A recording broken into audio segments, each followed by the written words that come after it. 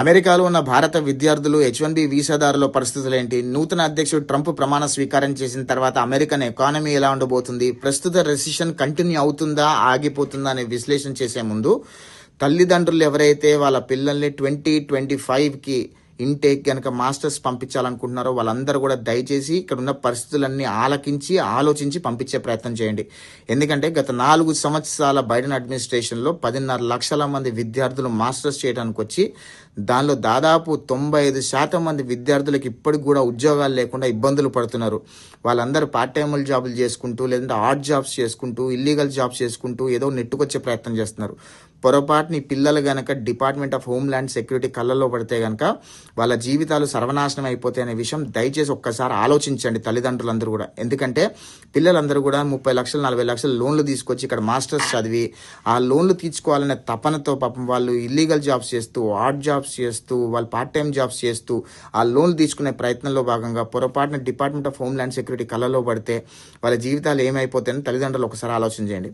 2025 ఇంటేక్కి ఎవరైతే తల్లిదండ్రులు వాళ్ళ పిల్లల్ని పంపించాలనుకుంటున్నారో మాస్టర్స్ కంప్లీట్ అయిపోయిన తర్వాత వెనక్కి పిలిపించుకునేటట్టుంటేనే పంపించండి. లేదంటే కనుక మాస్టర్స్ కంప్లీట్ అయిపోయిన తర్వాత ఇక్కడ ఉండి ఉద్యోగాలు చేయాలి అనుకుంటే కనుక వాళ్ళు ఇబ్బందుల్లో పడతారనే విషయం దయచేసి గ్రహించండి. మీకు వాస్తవాలు చెప్పే ప్రయత్నం చేస్తున్నాం, దీనిలో ఎటువంటి నెగిటివిటీ లేదు. మీ పిల్లలు ఇక్కడికి వచ్చి మళ్ళీ ఇబ్బందులు పడకుండా మళ్ళీ తెలుగు సంఘాల నాయకులకి వాళ్ళకి వీళ్ళకి ఫోన్లు వచ్చి మా పిల్లోడు ఇక్కడ ఇరుక్కుపోయాడు, మా పిల్లోడు డిపార్ట్మెంట్ ఆఫ్ హోమ్ల్యాండ్ సెక్యూరిటీ వాళ్ళు అరెస్ట్ చేశారు, మాకు కొద్దిగా హెల్ప్ చేయండి అని మాకు రోజు కనీసం 4-5 అర్జీలు వస్తూ ఉంటాయి. దయచేసి ఒక్కసారి ఆలోచించమని కోరుతున్నాం. గత 4 సంవత్సరాల బైడెన్ అడ్మినిస్ట్రేషన్లో అమెరికాలో అండర్ ద కార్పెట్ రెసిషన్ అనేది ఉండింది. చాలా మంది H1B వీసాదారులు ఉద్యోగాలు కోల్పోయారు. ఈ రోజుకి కూడా అమెరికాలో 70,000 మంది H1B వీసాదారులకు ఉద్యోగాలు లేకుండా ఇబ్బందులు పడే ప్రయత్నం చేస్తున్నారు. ఒకవేళ ట్రంప్ కనుక ఎకానమీని రివైవ్ చేయకపోతే అమెరికాలో రెసిషన్ వచ్చే అవకాశం నిండుగా ఉంది. ఒకవేళ రెసిషన్ వస్తే కనుక ఇప్పుడున్న 70,000 మంది ఎవరైతే ఉద్యోగాలు లేకుండా ఉన్నారో వాళ్ళతో పాటు ఇంకొక 1,00,000 మంది H1B వీసాదారులు ఉద్యోగాలు కోల్పోయే అవకాశాలు నిండుగా ఉన్నాయి ఒకవేళ రెసిషన్ వస్తే. దాంతోపాటు 95% మంది విద్యార్థులు ఎవరైతే ఇప్పటికే ఉద్యోగాలు లేకుండా ఉన్నారో వాళ్ళ జీవితాలు కూడా అగమ్యగోచరంగా అయ్యే అవకాశాలు ఉంటాయి. దయచేసి ఇవన్నీ కూడా ఆలోచించుకోమని కోరుతున్నాను. ఒకవేళ ట్రంప్ కనుక అమెరికన్ ఎకానమీని రివైవ్ చేసి స్టాక్ మార్కెట్లను సెట్ చేసి స్మాల్ బిజినెస్లకి, స్మాల్ స్కేల్ ఇండస్ట్రీస్ కనుక రాయితీలు కల్పించి వాళ్ళని పటిష్టం చేసే ప్రయత్నం చేస్తే అమెరికన్ ఎకానమీ కొద్దిగా గాడిలో పడే అవకాశం ఉంటుంది. తద్వారా రెసిషన్ రాకుండా ఆగే అవకాశాలు కూడా ఉంటాయి. ఒకవేళ కనుక రెసిషన్ రాకపోతే కనుక ఇక్కడ ఉన్న 70,000 మంది H1B వీసాదారులు ఎవరైతే ఉన్నారో జాబులు లేకుండా వాళ్ళకు ఉద్యోగాలు వచ్చే అవకాశాలు ఉంటాయి. ఇంకా 95% మంది విద్యార్థులు ఎవరైతే ఉద్యోగాల కోసం వెయిట్ చేస్తున్నారో వాళ్ళలో కనీసం సగానికి సగం మందికైనా ఉద్యోగాలు వచ్చే అవకాశాలు ఉంటాయి. పైపెచ్చు గత 4 సంవత్సరాల బైడెన్ అడ్మినిస్ట్రేషన్ చేసిన తప్పుల వల్ల అమెరికన్ ఎకానమీ చాలా దెబ్బతినింది. నిత్యావసర సరుకులు పెరిగిపోయాయి, గ్యాస్ డీజిల్ రేట్లు పెరిగిపోయాయి, అదేవిధంగా కరెంట్ ఛార్జీలు, గ్యాస్ ఛార్జీలు పెరిగిపోయాయి. అదేవిధంగా ఇక్కడ ఉన్న ఇల్లీగల్ ఇమిగ్రెంట్స్ ఎవరైతే కంట్రీలోకి వచ్చారో వాళ్ళ వల్ల చాలా ఇబ్బందులు కలుగుతున్నారు. ట్రూ ట్యాక్స్ పేయర్స్ మనీ ఏదైతే ఉందో వాళ్ళందరూ తీసుకెళ్లి ఇల్లీగల్ ఇమిగ్రెంట్స్ మీద పెట్టడం వల్ల H1B వీసాదారులకు ఎవరికైతే గ్రీన్ కార్డులు రావాలో వాళ్ళ గ్రీన్ కార్డులు రాకుండా ఇబ్బందులు పడుతున్నారు.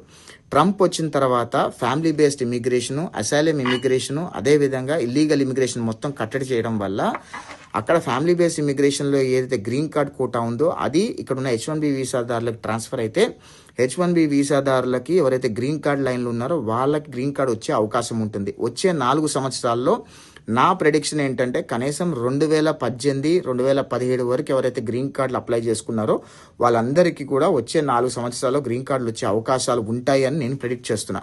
ఎందుకంటే ట్రంప్ ఎలక్షన్ అప్పుడు ఆయన చేసిన ప్రామిసెస్ వల్ల, అదేవిధంగా ఆయన ఏ రకంగా అయితే స్మాల్ స్కేల్ ఇండస్ట్రీస్ని రివైవ్ చేయటము, ఎకానమీని రివైవ్ చేయటము ఏదైతే ప్రామిసులు చేశాడో అవన్నీ కూడా నిలబెట్టుకుంటే కనుక అమెరికాలో H1B వీసాదారుల పరిస్థితులు బాగుంటాయి. అమెరికాలో ఉన్న ఇండియన్ స్టూడెంట్స్ పరిస్థితి కూడా చాలా బాగుంటుంది. ఒకవేళ పొరపాటున కనుక ఎకానమీ రివైవ్ చేయకుండా రెసిషన్ సైడ్ వెళ్తే కనుక ఇబ్బందులు అనేది తప్పవనే విషయం మీ దృష్టి తీసుకొస్తున్నా. అదేవిధంగా తల్లిదండ్రులు కూడా ఒకసారి ఆలోచించండి. ఎవరైతే మాస్టర్స్ పంపించాలనుకుంటున్నారో అమెరికాకి అది పర్ఫెక్ట్ టైం కాదు. 2025 1 సంవత్సరం ఆగి ఆ యొక్క ట్రంప్ విధానాలు ఎలా ఉంటాయి అవన్నీ చూసి అప్పుడు పంపిస్తే మీ పిల్లలకి ఎటువంటి ఇబ్బందులు కలగకుండా ఉంటుందని నా అభిప్రాయము.